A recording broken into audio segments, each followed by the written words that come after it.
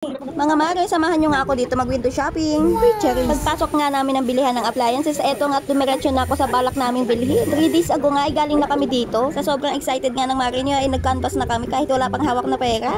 At eto na nga ang napili namin mga mare. Economy nga daw ang tawag dito dahil medyo tipid daw siya sa kuryente. At dahil na sales stock nga kami, eto nga pinush ko na kahit masakit sa bulsa. At nag-ikot-ikot na nga kami at eto nga nakakita na naman ako ng kailangan ko para sa bahay. Pero hanggang tingin nga lang muna tayo mga mare dahil hindi naman niya kasama sa budget natin ngayon. Bago nga daw makapagbayad ay kailangan natin mag-exam. Hindi pa naman ako nakapag-review. Uy, Charis. At eto na nga, magbabayad na tayo. Magbibideo sana ako dyan pero mahihain ang mare nyo. Kaya mukha ko na lang pinuwanan. Nakatapos na nga ako sa pagbayad at eto na may napadpad ako dito. Uy, talaga namang nakinang ang aking mata. Bago pa nga lumuwa ang mata ko ay eto na umuwi na nga kami sa bahay. Pina-unbox ko na nga sa asawa ko yan dahil kinabukasan ay may pasok nga siya. Tignan nyo naman ang mare nyo. Uy, tuwan-tuwa.